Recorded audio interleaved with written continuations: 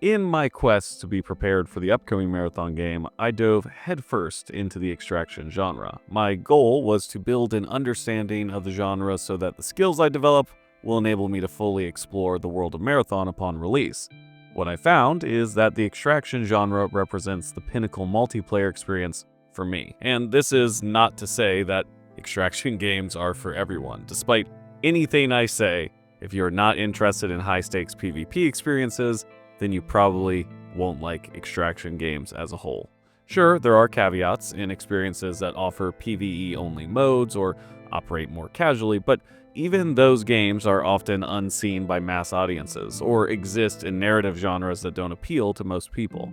But the true spirit of games are competition. Whether we are seeing who can run the fastest, score the most goals, or place first in an esports tournament, we're using games as a vehicle for humanity's competitive spirit. Even single-player games require you to compete against the game itself. By winning the game or completing the objectives it requests of you, you are rewarded with whatever the conclusion of the experience is. This is the beauty of what is possible with extraction games. The conclusion of the experience is able to deliver on multiple rewards that satisfy the player. For instance, before you start a match, in an extraction game, you get to engage in a strategy game where you determine what resources you should bring with you into the match. You weigh the value of the items against the risk associated with bringing them into the game, because if you perish before extraction, the item is gone forever. Then you load into the match, and you're faced with a hostile environment with enemy NPCs and enemy player characters. If you've ever played a shooter, you know the intensity that comes with each engagement. The additional layers here are crazy because you will simultaneously be adjusting your strategy based on how the NPCs and the other players are interacting with each other, and also how they are individually engaging with you. This is all compounded by the complexity of the map and what tasks each individual is attempting to accomplish. A quest, task, or objective to access a locked area in a dangerous location might require the player to approach the match in a stealthy way with an expensive loadout that makes their success more likely. If you encounter this individual, they may not engage you, or perhaps they even use proximity chat to plead with you to avoid starting a fight in a dangerous location, or maybe they even want to team up. All of these complexities, bundled alongside a well-designed game, have the potential to create an experience that is rewarding in every way a game can be rewarding. It can provide a powerful narrative experience driven by player exploration. It can provide a multiplayer experience that exhilarates the player beyond what is possible in a game with lower stakes. And with a loop that feels consistent and structured, the player can experience something that draws them back over and over for years to come. So hopefully, in this video, I can expand on each of these concepts and provide some examples of places where it was executed well, and finally convince you, the viewer, that extraction games, despite their difficulty, can be fun for anyone.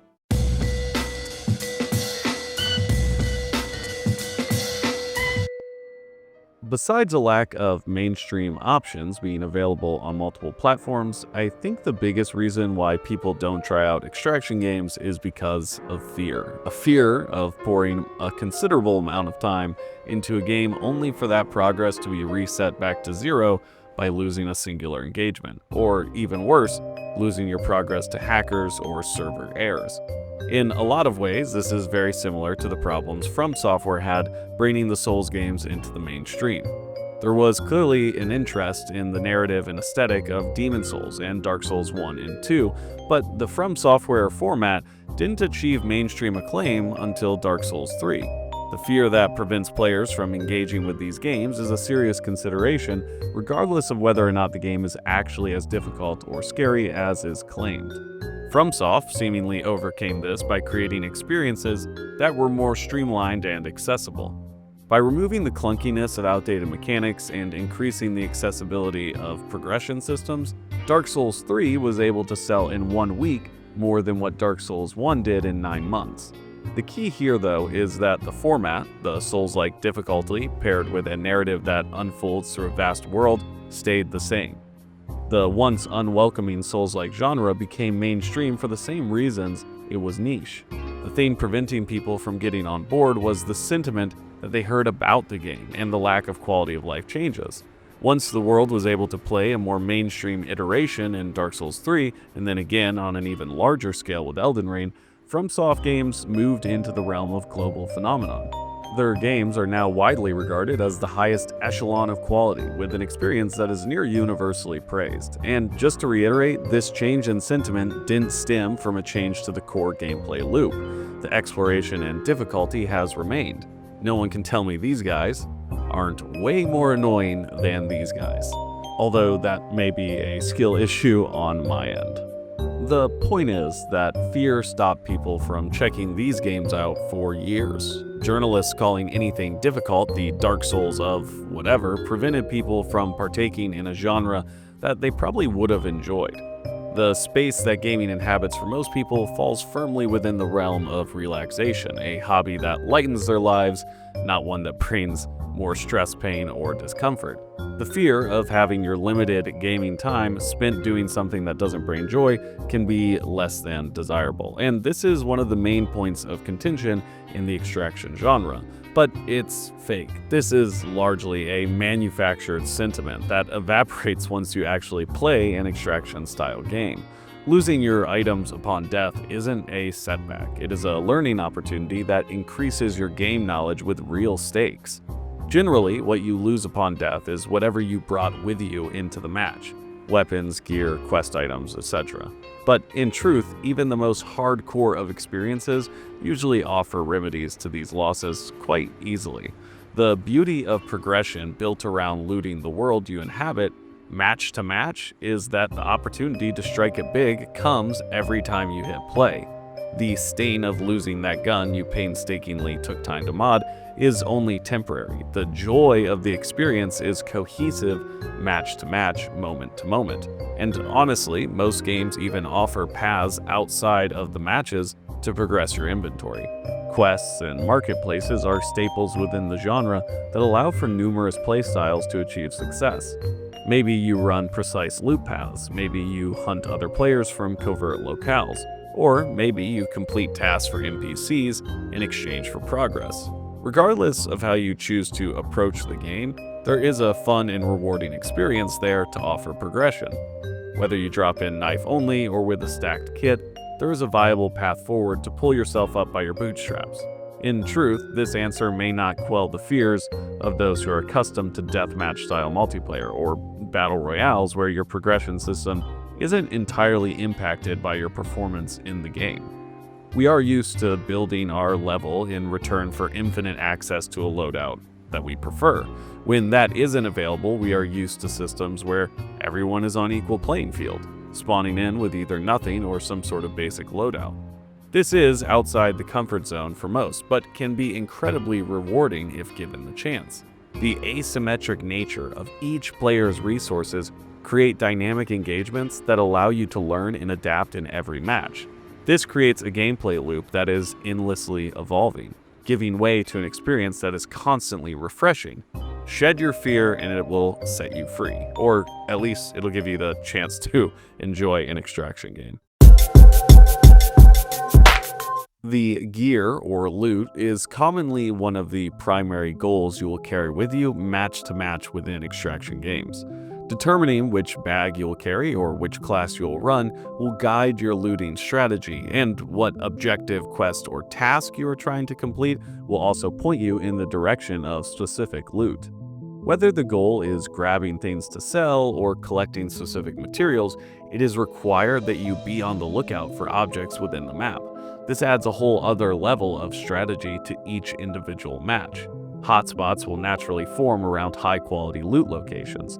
Players who have collected valuable items will alter their playstyle in the match to play more conservatively, thus increasing the likelihood of a successful extract. The distribution and types of loot can vastly change the flow of the match, and randomization being introduced to the loot tables creates an additional layer that makes every match unique. Even in games like Hunt that don't feature a traditional loot system, you'll see the impact of in-game interactable items. In Hunt, you can only really extract with boss bounties, ammo, and minor upgrades, so managing inventory isn't a consideration at all, really. Even with this distinct lack of focus on loot, the game retains what makes the loot experience engaging by guiding players directly to the same locations. These battles between players and AI-controlled boss enemies create some of the most fun experiences the game has to offer. You follow clues to the monster you are trying to slay, battle them, and then you must hold out until the boss bounty can be collected. This creates multiple stages of gameplay that all operate in unique ways. The exploration phase is tense as you traverse large areas with the possibility of running into other players at any point while locating the clues. Then you have to defeat the tougher boss enemy within its lair. Then you play out a siege-style mode where you defend a position with traps and observation of the environment around you, and this feeds directly into the extraction phase, which sees you traversing the land once again, but this time carrying the boss bounty, which will provide you with currency and additional XP if you can get out alive. All of these stages could stand on their own as modes in other multiplayer games, but the thread of loot, which must be brought out of the match, creates a string which weaves all of it together into one cohesive experience. The gear that you acquire is the thread which connects the most engaging elements of the genre. This connects what you do within the match with what you've done outside the match, when you've made it out alive. So you did it. You're all clear and on your way back home. You survived the onslaught, NPCs, other players, hazardous environments. You braved it all and extracted with a hefty bag of loot. But now, what do? Well, that answer isn't going to be the same in every game, but generally, this is where the largest progression available to you exists. In Hunt, success in each match gives you access to an upgrade system that grants your character abilities that will greatly increase the odds of subsequent successful extracts. In Tarkov, you'll use the miscellaneous materials you found to upgrade your hideout. In DMZ, you complete tasks and level up your reputation with each faction. The systems that exist outside of the moment-to-moment gameplay within each match are arguably just as complex. They exist to bring an additional level of strategy to the experience that enhances the overall experience by allowing you to customize and problem solve in ways that enhance your ability to perform within the matches themselves. Having access to better equipment, upgrades, or resources will directly translate to more successful extractions. This provides a layer of progression that can propel the player forward, even if they are not as skilled in the raw mechanics of the game itself. Even sorting your loot in a manner which provides the most efficient use of your storage space can be a fun experience if the system is built in an engaging way. This is also where one of the overlooked elements of most extraction games can shine: the narrative. Most view the genre as having an exclusive slant towards gameplay. This makes sense when you consider that many people probably experience the genre exclusively through streams or videos that want to display gameplay primarily. But when the quest lines and world building are examined, you'll find that the genre is ripe for the best kinds of narrative experience. The simplicity of a narrative that is told scene to scene in the format of a traditional single-player game has limitations. While story can have more impact when each moment is dictated wholly by the creator, there is something special about a narrative experience that the player must search for. Whether that is digesting the written information in menus or dissecting the environment around you to deduce a series of events, a narrative that unfolds with this lack of structure has the potential to create a truly unique experience for each player. This allows the gaps in story to be filled in by moments crafted by player input while maintaining the consistencies of a narrative which feels like it will play out regardless of player input, thus making the world feel like a real breathing entity all on its own. I guess what I'm trying to say is, extraction game good, you try too, me excited for Marathon, alright, bye!